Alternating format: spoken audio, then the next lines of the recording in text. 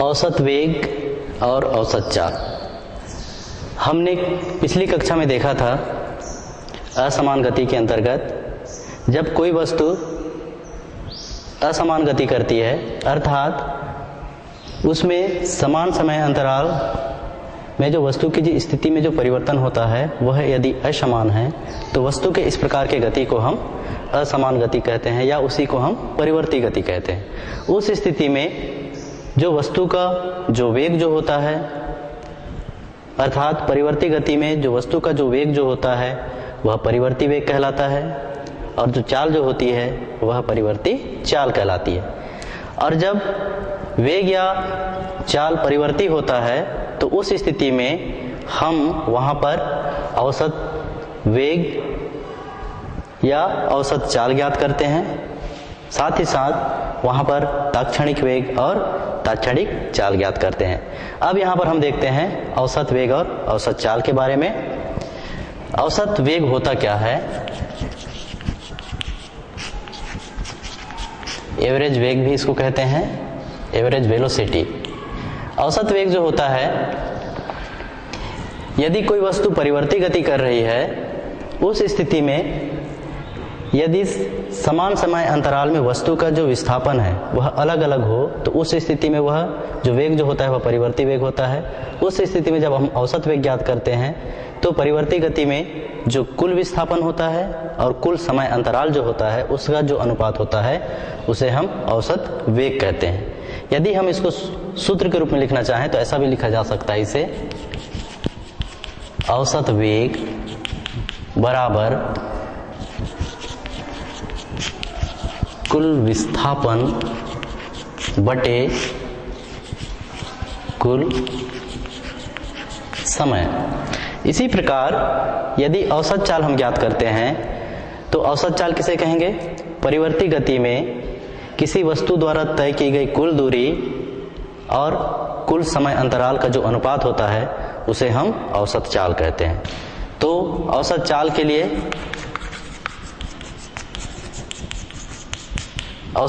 लिए हमारे पास सूत्र मिल जाता है औसत चाल बराबर वस्तु द्वारा तय की गई कुल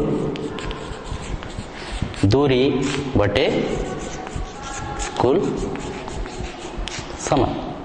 अब हम यहां पर देखते हैं यदि मान लो कोई वस्तु वृत्तीय गति कर रही है तो उस स्थिति में औसत वेग और औसत चाल का मान क्या होगा? यहां पर हमको औसत वेग और औसत चाल में अंतर स्पष्ट परिलक्षित होता है या दिखाई पड़ता है जब कोई वस्तु वृत्तीय गति करती है तब। अब हम यहां पर देखते हैं औसत वेग और औसत चाल में अंतर।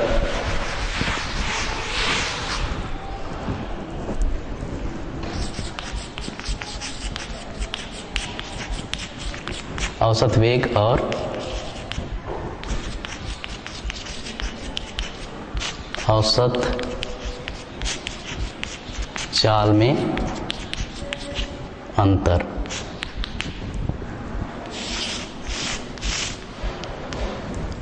औसत वेग और औसत चाल में अंतर के लिए हम वृत्तीय गति का उदाहरण लेते हैं। यदि कोई वस्तु वृत्तीय गति कर रही है अर्थात इसको एक डायग्राम के माध्यम से समझें। यदि मान लो बिंदु O वृत्त का केंद्र है और इसके परिधि A पर एक वस्तु है। अब यदि यह वस्तु वृत्तीय गति करे और एक पूर्ण चक्कर लगा करके पुनः बिंदु A पर आकर मिले तो इस स्थिति में इस वस्तु का जो विस्थापन जो होता है वह हो जाता है शून्य, क्योंकि हमको पता है वस्तु का जो विस्थापन जो होता है वह वस्तु की प्रारंभिक स्थिति और अंतिम स्थिति पर निर्भर करती है। अब यहाँ पर चूंकि वस्तु बिंदु A पर रखा गया था और यह वस्तु वृत्तीय गति करके पुनः बिंदु A पर आ रही है तो इस स्थिति में वस्तु की जो प्रारंभिक स्थिति और जो अंतिम स्थिति समान है, इसलिए यहाँ पर जो विस्थापन जो होता है उसका मान शून्य होता है। जब विस्थापन शून्य है तो उस स्थिति में अतः यहाँ पर औसत वेग का मान भी शून्य हो जाता है। अर्थात जब कोई वस्तु वृत्तीय गति करती है तो उस स्थिति में चूंकि उस वस्तु का विस्थापन शून्य होता है एक पूर्ण चक्र के लिए, अतः उस स्थिति में उसका जो औसत वेग होगा वह शून्य होगा। लेकिन यहाँ पर इसकी जो औसत चाल जो होती है उसका मान शून्य नहीं होता। तो उसका मान कितना होता है, यहाँ पर देखिए, वस्तु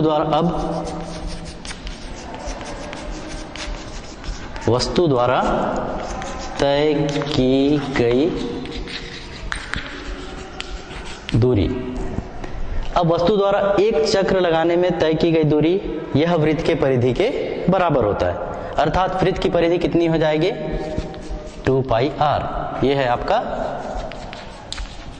वृत्त की परिधि, जहां स्मॉल r वृत्त की त्रिज्या है।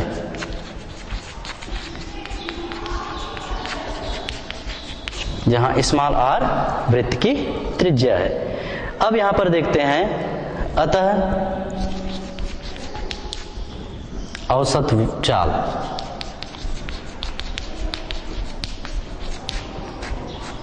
तो यहां औसत चाल हो जाता है तय की गई दूरी बटे एक चक्र पूर्ण करने में लगा समय। तो ये हमको मिलता है यहां पर 2πr बटे कैपिटल T, जहां कैपिटल T वस्तु द्वारा एक चक्र पूर्ण करने में लिया गया समय है। तो इस प्रकार हम देखते हैं यदि कोई वस्तु वृत्तीय गति कर रही है तो उस स्थिति में औसत वेग का मान तो शून्य होता है, लेकिन औसत चाल का मान 2πr बटे T के बराबर होता है। तो इस प्रकार से जब कोई वस्तु वृत्तीय गति करती है तो वहां पर औसत वेग और औसत चाल में अंतर स्पष्ट दिखाई पड़ता है। इसके बाद देखिए एक आंकिक प्रश्न औसत चाल की गणना के लिए।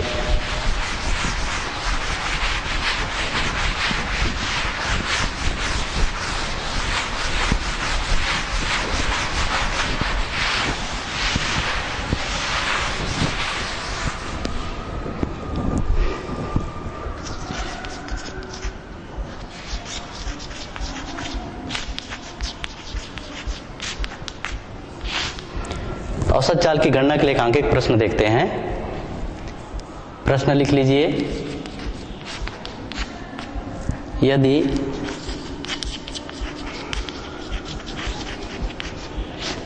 एक व्यक्ति 1 मिनट तक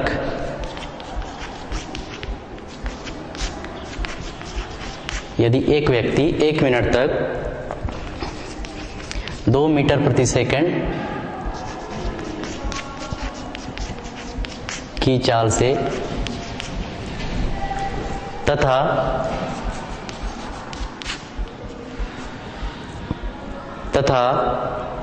अगले 2 मिनट तक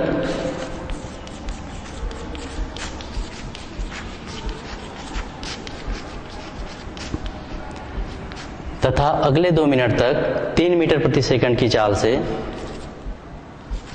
3 मीटर प्रति सेकंड की चाल से गति करता है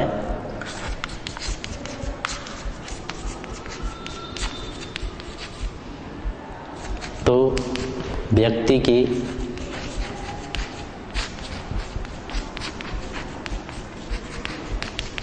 औसत चाल ज्ञात कीजिए।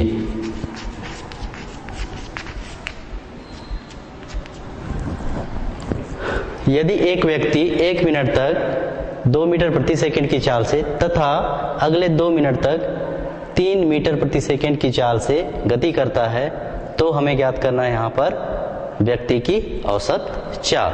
अब यहाँ पर इसको हल करते हैं। तो यहाँ पर देखिए हल यहाँ दिया है, हम इसे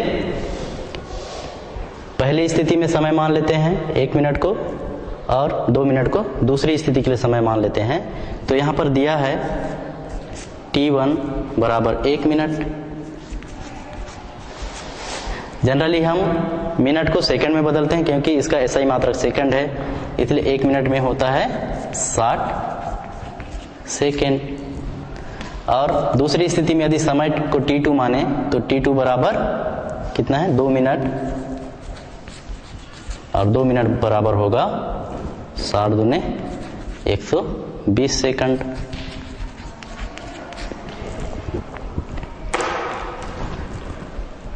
इसी प्रकार से पहली स्थिति में इसकी जो चाल है 2 मीटर प्रति सेकंड है, इसे हम यदि V1 से डिनोट करें, V1 से ही डिनोट कर सकते हैं, तो V1 कितना दिया है 3 मीटर प्रति सेकंड, तथा V2 बराबर दिया है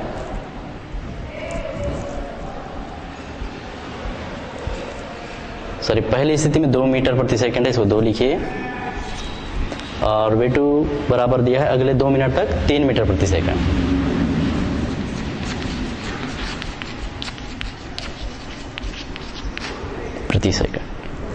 अब यहां पर जो सूत्र जो प्रयोग होगा वह सूत्र जो होगा प्रयोग वह होगा सूत्र चाल बराबर दूरी बटे समय। इस सूत्र से हमको मिलता है दूरी बराबर चाल गुणित समय। अतः पहली स्थिति में यदि दूरी S1 हो और दूसरी स्थिति में यदि दूरी S2 हो तो S1 बराबर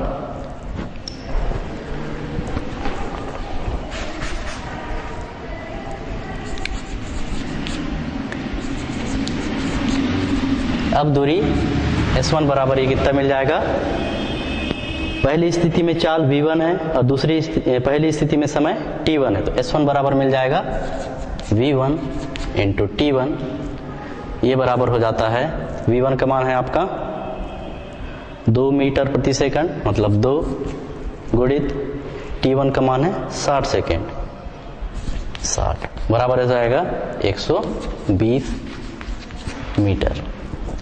तथा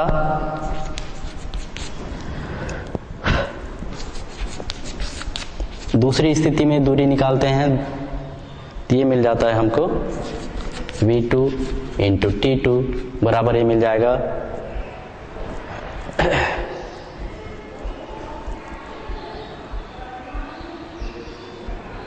ये हो जाएगा आपका,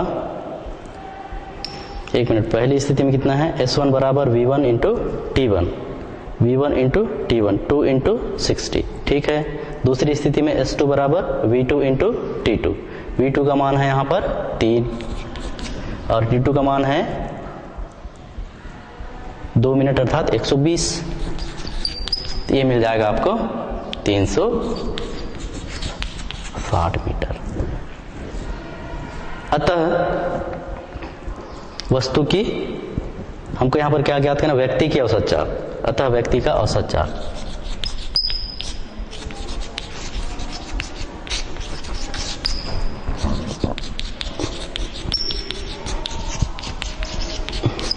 हो जाएगा व्यक्ति द्वारा तय की गई कुल दूरी अर्थात S1 प्लस S2 बटे कुल लगा समय T1 plus T2। S1 plus S2 को जोड़ दीजिए, ये हो जाएगा 120 धन 360 बटे T1 प्लस T2 हो जाएगा 60 धन 120। इसके बाद इसको मैं यहां पर लिख रहा हूं,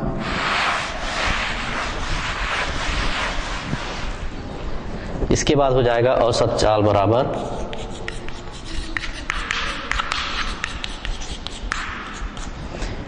वो हो जाता है 480 बटे 180 बराबर ये हो जाएगा 2 दूने 4 2 चौक 8 और 2 निया 18, 2 से डिवाइड हो रहा है और इसका मान हमको प्राप्त हो जाता है 9 दूनी 18, 18 6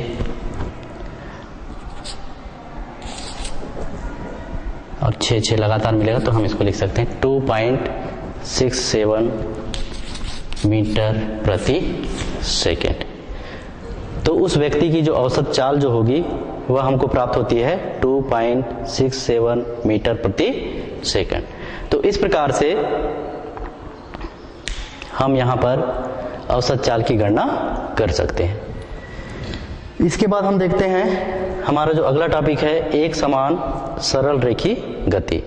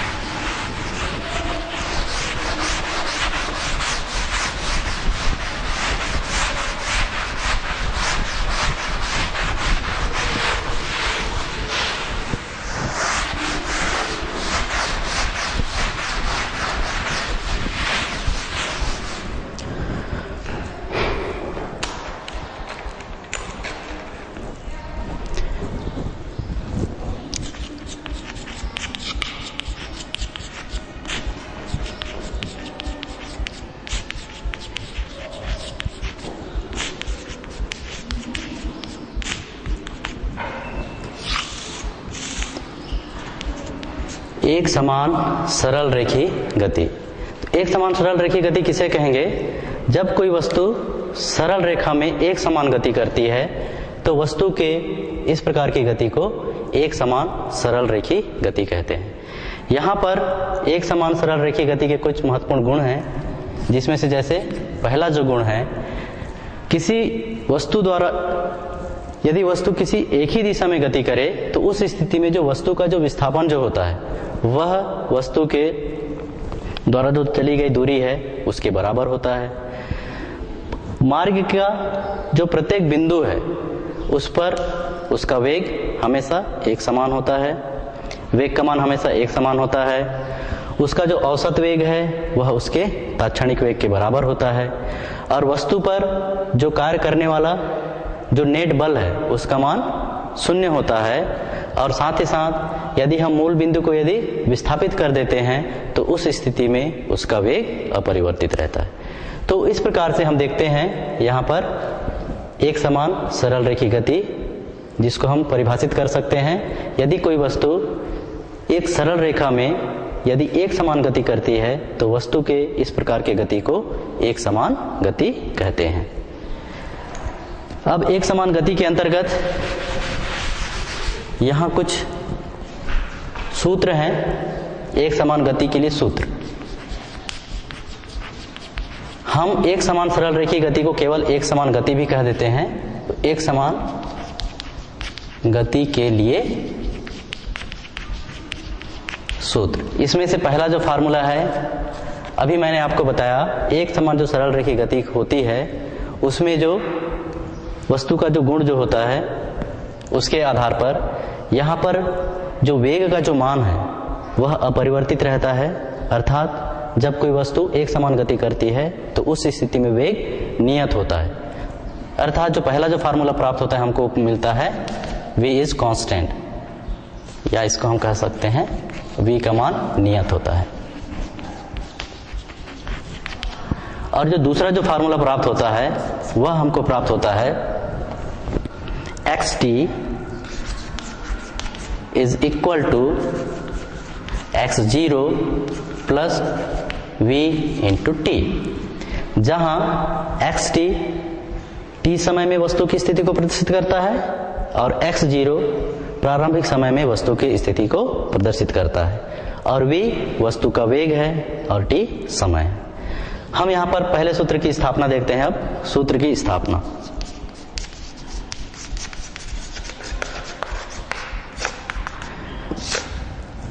तो यहाँ पर हमारे पास एक समान गति के लिए दो फार्मूले हैं, v कांस्टेंट होता है।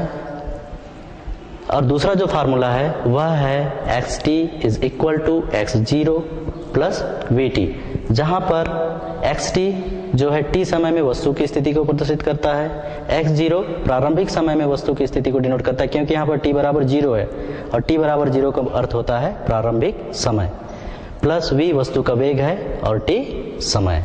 अब हम इसके बाद देखेंगे सूत्र की स्थापना।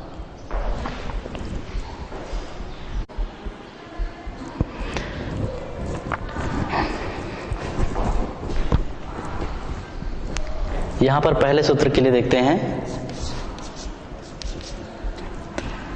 जैसे v का मान हमेशा नियत होता है एक समान गति के लिए।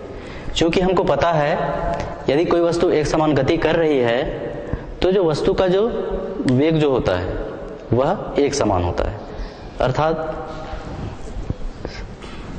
उसका मान हमेशा अचर होगा। तो v का मान हमको प्राप्त हो जाता है नियत,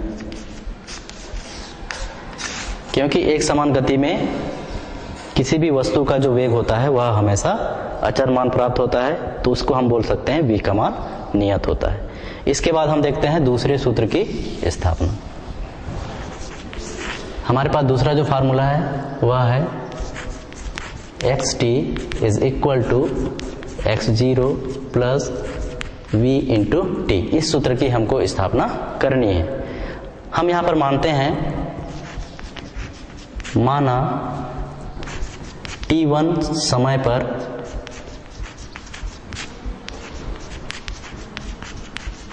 वस्तु की स्थिति, हम t1 समय पर वस्तु की स्थिति को xt1 लेते हैं तथा t2 समय पर वस्तु की स्थिति, t2 समय पर वस्तु की स्थिति हम लेंगे xt2 है। अतः वस्तु का जो वेग जो होता है वो हमको प्राप्त होता है, अतः वस्तु का वेग बराबर होता है विस्थापन बटे समय। इसको लिख लेते हैं, विस्थापन बटे समयांतराल, या यही समय भी है। तो यहां पर देखिए वस्तु का वेग बराबर विस्थापन बटे समय अंतराल है, तो वस्तु के वेग को v से डिनोट करते हैं। तो v बराबर हो जाएगा, विस्थापन जो होता है वह स्थिति में परिवर्तन होता है, और स्थिति में परिवर्तन यहां पर होगा t2 समय में वस्तु की स्थिति xt2 माइनस t1 समय में वस्तु की स्थिति xt1 बटे समय अंतराल होगा t2 माइनस t1, या इसी को हम आगे लिख सकते हैं xt2 minus xt1 is equal to v into cross multiplication होगा, त्रियक गुणा होगा, तो v into t2 minus t1, या इसी को हम आगे लिखना चाहें तो इसको ऐसा भी लिख सकते हैं। इसको उधर पक्षांतर कर देते हैं, तो xt2 इज इक्वल टू, ये इधर लेफ्ट हैंड साइड में है, राइट हैंड साइड में चला जाएगा तो ऋणात्मक चिन्ह धनात्मक हो जाता है, तो ये हो जाएगा xt1 इज, यहाँ पर प्लस है इसके सामने, v into t2 minus t1। अब यहाँ पर अब यदि t1 का मान 0 लें, अर्थात t1 प्रारंभिक समय है और t2 का मान ले t, इसको दें, इसको दो पहला इक्वेशन, इसको दो दूसरा इक्वेशन। तो उस स्थिति में समीकरण 2 से, अतः समीकरण 2 से हमको क्या मिल जाएगा, x t2 का मान रखेंगे t, xt बराबर x t1 का मान कितना रखेंगे 0 प्लस v इंटू t2 का मान t माइनस 0 या इसी को हम आगे लिख सकते हैं, इसके बाद यहां पर लिखा जा सकता है या xt is equal to x0 plus v into T.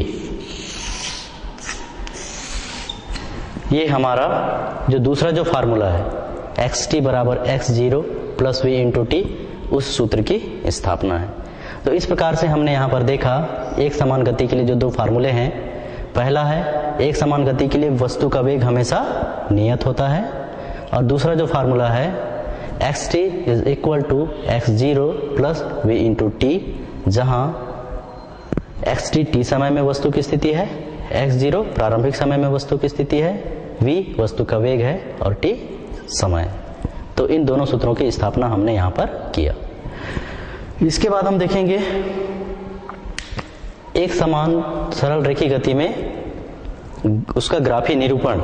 तो यहाँ पर दो प्रकार के ग्राफ के बारे में हम देखेंगे, एक है वेग समय ग्राफ और दूसरा है स्थिति समय ग्राफ।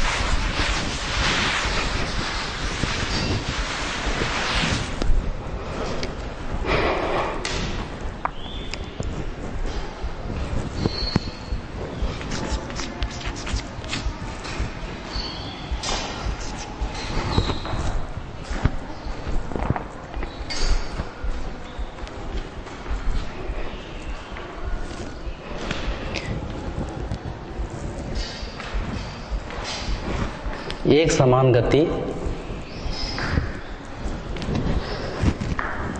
इसके बाद हम देखेंगे एक समान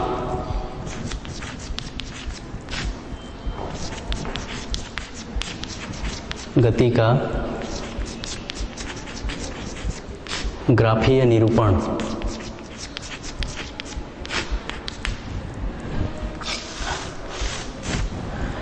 एक समान गति का ग्राफीय निरूपण। एक समान गति का ग्राफीय निरूपण करने के लिए यहाँ पर दो प्रकार के ग्राफ बनाए जाते हैं। पहला ग्राफ कहलाता है वेग समय ग्राफ और दूसरा ग्राफ कहलाता है स्थिति समय ग्राफ। एक समान गति को निरूपित करने के लिए जब हम वस्तु के वेग और समय के बीच ग्राफ खींचते हैं तो उस ग्राफ को वेग समय ग्राफ कहा जाता है, और जब हम एक समान गति को निरूपित करने के लिए वस्तु की स्थिति और समय के बीच ग्राफ खींचते हैं तो उसे हम स्थिति समय ग्राफ कहते हैं। तो सबसे पहले अपन देखते हैं वेग समय ग्राफ। वेग समय ग्राफ।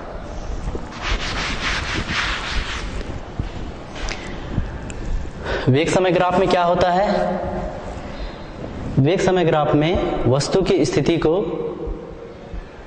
मतलब वस्तु की एक समान गति को प्रदर्शित करने के लिए हम वस्तु के वेग और समय के बीच ग्राफ खींचते हैं।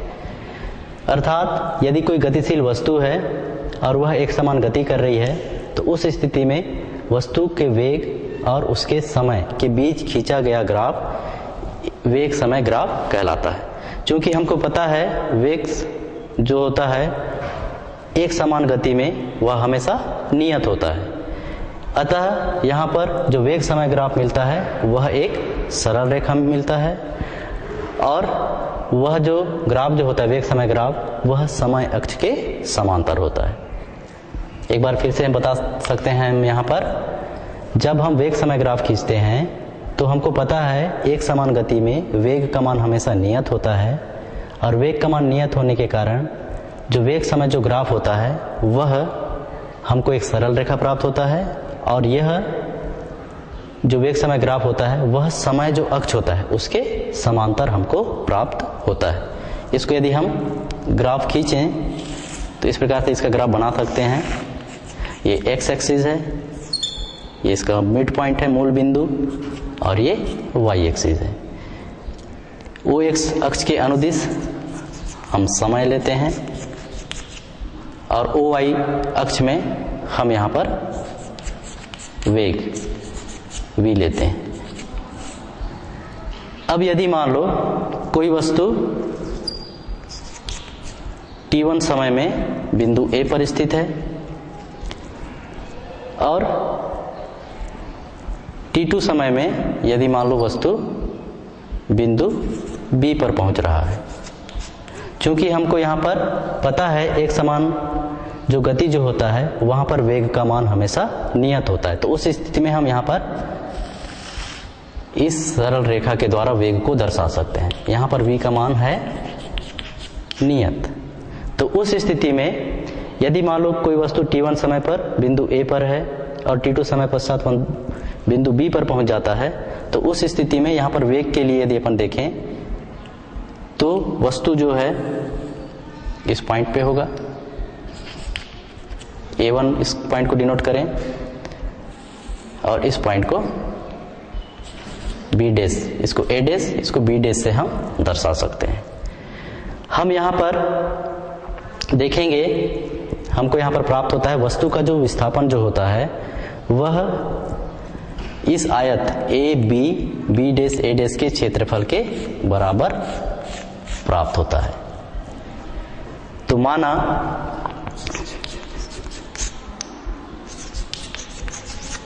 वस्तु की t1 समय में स्थिति xt1 तथा t2 समय में स्थिति xt2 है। अतः वस्तु का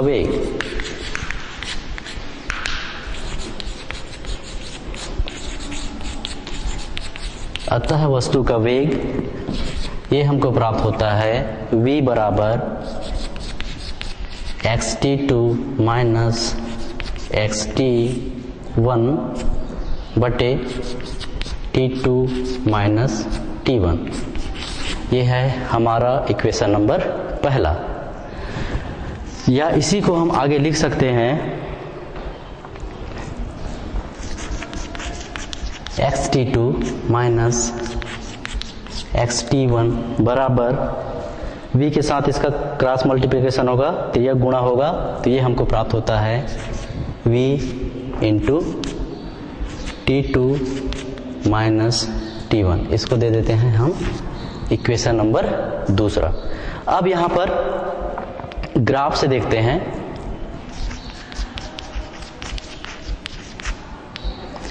अब यहाँ पर ग्राफ से देखते हैं, यहाँ पर देखें O से बिंदु A तक जो लगा समय है वह t1 के बराबर है। प्रारंभिक स्थिति से बिंदु B तक पहुंचने में लगा समय t2 के बराबर है। तो उस स्थिति में t2 माइनस जो t1 है वह हमको प्राप्त होता है AB के बराबर। तो ग्राफ से t2 माइनस t1 बराबर ये प्राप्त होता है AB के।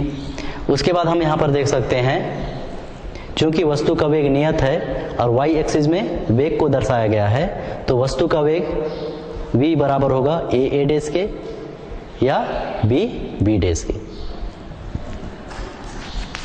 v बराबर होगा a डैश और ये बराबर होगा b डैश के। अतः समीकरण 2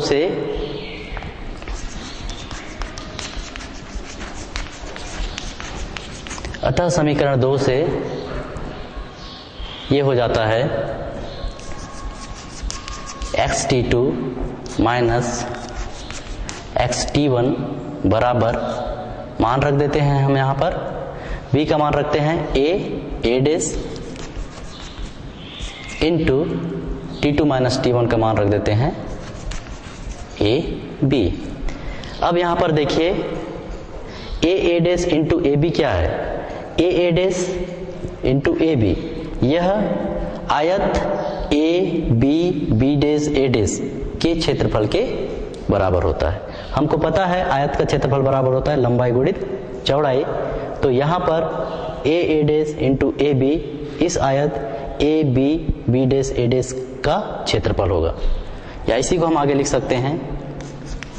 अब यहां पर और एक चीज देखिए, xt2 माइनस xt1 क्या है, वस्तु के स्थिति में परिवर्तन है, और वस्तु की स्थिति में परिवर्तन को हम क्या कहते हैं, यह वस्तु के विस्थापन के बराबर होता है। तो xt2 माइनस xt1 यह होगा वस्तु का विस्थापन, और A dash into A B होगा आयत A B dash A dash का क्षेत्रफल।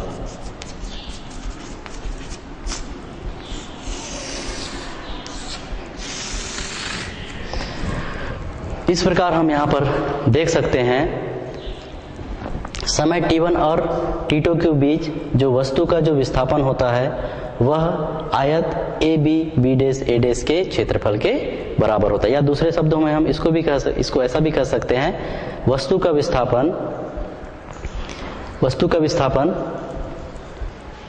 समय अक्ष, ये क्या कहलाता है, ये वेग समय ग्राफ, इसी को हम कहते हैं वेग समय ग्राफ,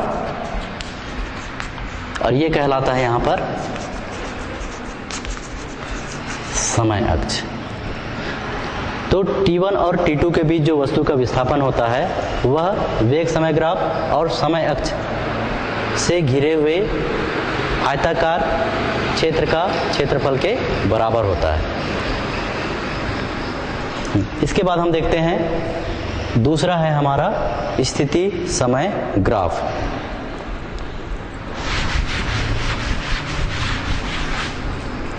दूसरा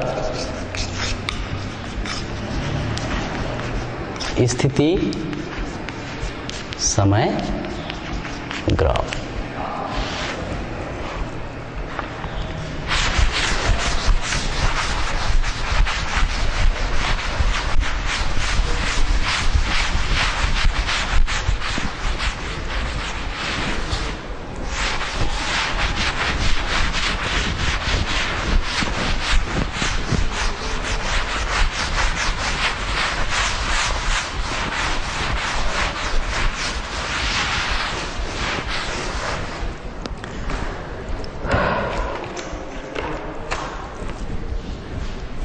एक समान गति में को निरूपित करने के लिए जो दूसरा जो ग्राफ होता है वह स्थिति समय ग्राफ कहलाता है। तो स्थिति समय ग्राफ हम किसे कहेंगे, यदि गतिशील वस्तु के स्थिति और समय के बीच यदि हम कोई ग्राफ खींचते हैं तो वह ग्राफ स्थिति समय ग्राफ कहलाता है।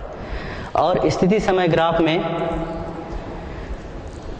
जो मतलब एक समान गति में जो स्थिति समय ग्राफ जो होता है वह हमें हमेशा एक सरल रेखा में प्राप्त होता है जो समय अक्ष के साथ कोई कोण बनाता हुआ दिखाई पड़ता है।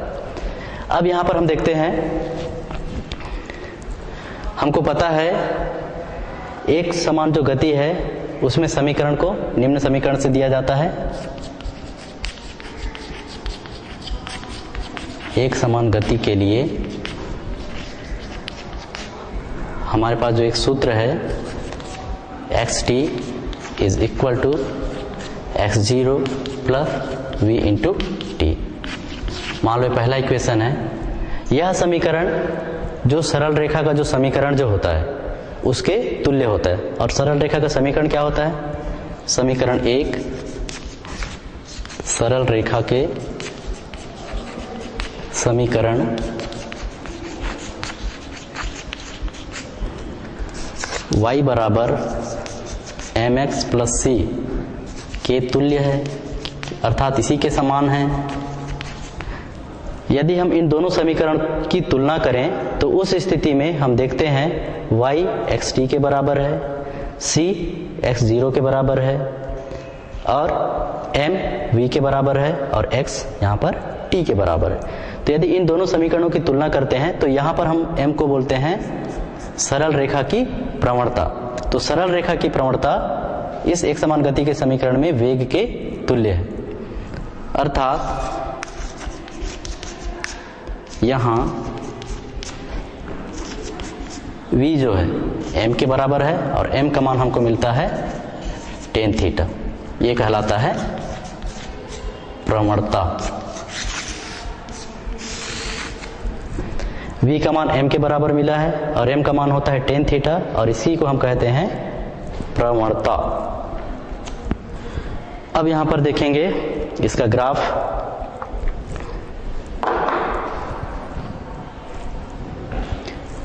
देखिए ये x एक्सिस है, ये O है, ये Y है। मान लो इस बिंदु पर समय t1 है और इस बिंदु पर समय t2 है। ये बिंदु को हम A से डिनोट करें, इस बिंदु को B से डिनोट करें। इस दिशा में हम समय को दर्शाते हैं और इस दिशा में हम स्थिति x को दर्शाते हैं। यदि इस पॉइंट पर वस्तु की स्थिति xt1 के बराबर है और इस पॉइंट पर वस्तु की स्थिति यदि xt2 के बराबर है, तो उस स्थिति में इस पॉइंट से यहाँ पर एक बिंदु हमको प्राप्त होगा जब वस्तु t1 समय पर स्थित होगा और इस पॉइंट पर दूसरा बिंदु प्राप्त होगा जब वस्तु t2 समय पर स्थित होगा। और इन बिंदुओं को मिलाते हुए यदि अपन एक सरल रेखा खींचें तो ये जो सरल रेखा है यह कहलाता है स्थिति समय ग्राफ। अब हम यहाँ पर क्या करते हैं, बी डैश पर ए डैश से लंब खींच देते हैं और इस पॉइंट को सी से दर्शाते हैं। तो उस स्थिति में यहाँ पर ए डैश पर थीटा कोण बनता है। अब यहाँ पर देखिए यदि अब वस्तु का वेग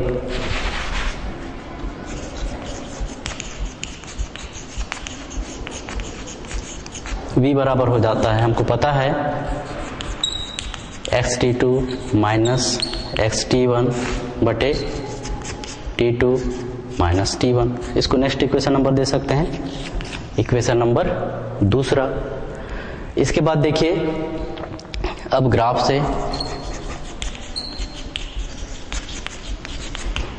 देखिए ग्राफ से xt2 माइनस xt1। xt2 का मान कितना होगा,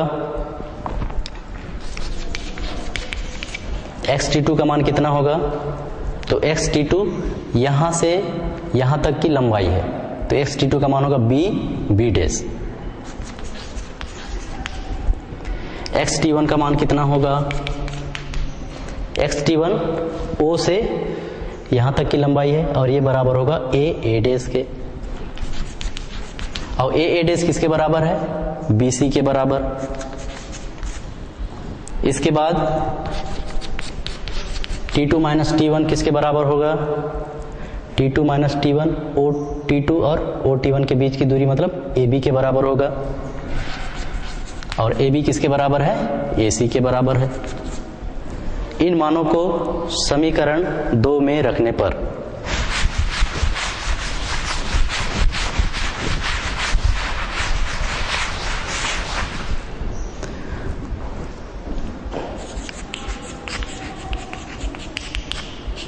इन मानों को समीकरण 2 में रखने पर v बराबर हम मान रखते हैं xt2 का मान b डैश माइनस xt1 का मान रखते हैं bc बटे t2 माइनस t1 का मान रखते हैं ac। या इसी को हम आगे लिख सकते हैं b डैश माइनस bc। यदि b डैश में bc को घटा दें तो हमको प्राप्त होगा b dash c। B dash C. यहां पर एक चीज और देखिए, ए बी का मान T2 माइनस टी डैश में ये बराबर है ए बी के बराबर, और ए बी बराबर है ए सी नहीं, ए डैश सी है। यहां पर इसको सुधार लीजिए, ए डैश सी। तो यहां पर भी सुधर जाएगा ए डैश सी, तो इसके बटे हो जाएगा ये ए डैश सी। अब समकोण त्रिभुज बी ए सी बी डैश से, ए नहीं है ए डैश है, A dash C B dash, इस समकोण त्रिभुज से ए डैश सी बी डैश, इस समकोण त्रिभुज से हमको प्राप्त हो जाता है टेन थीटा बराबर लंब बटे आधार। तो बी डैश सी बटे आधार है यहाँ पर ए डैश सी। इसको इस त्रिभुज में देखिए, बी डैश सी लंब है, ए डैश सी आधार है, और ए डैश जो बी डैश है ये कर्ण है। अर्थात हमको यहां प्राप्त हो जाता है v बराबर टेन थीटा। इसको दे देते हैं हम इक्वेशन नंबर 3। तो इस प्रकार हम देखते हैं स्थिति समय ग्राफ में जो वस्तु का जो वेग जो होता है टेन थीटा के बराबर होता है, और जो टेन थीटा जो होता है वह किसी सरल रेखा की प्रवणता होती है। और हम यहाँ पर कह सकते हैं जो स्थिति समय ग्राफ से जो प्राप्त सरल रेखा है उसकी प्रवणता वस्तु के वेग के बराबर होती है। धन्यवाद।